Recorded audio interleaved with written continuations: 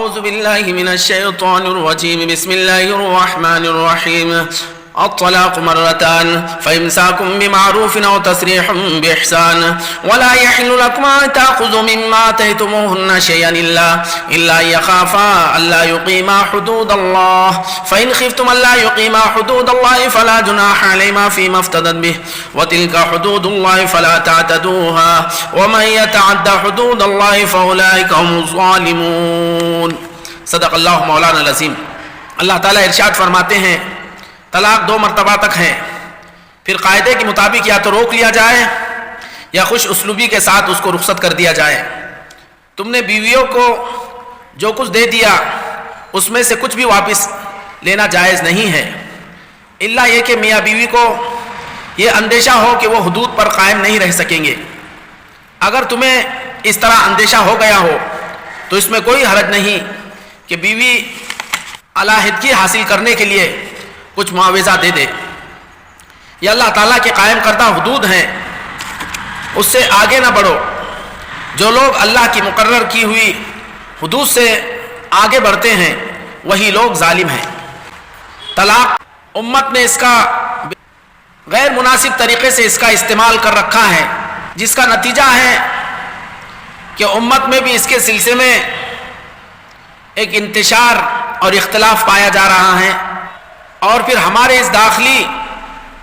اور اندرونی مسئلے کو غیروں نے بھی اپنی دلچسپی اور اس میں دخل اندازی کا ایک راستہ ڈھونڈ لیا ہے. یہی وجہ ہے کہ آج وقت کی حکومتیں بھی اس سلسلے میں دلچسپی لینے لگی اور اس سلسلے میں دخل اندازی کرنے لگی. لہٰذا یہ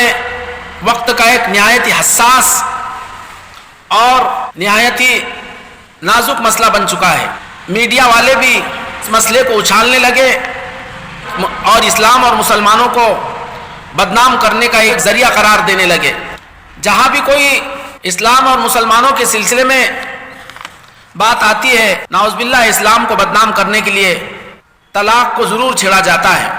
یاد رہے اسلام ایک کامل اور مکمل دین ہے.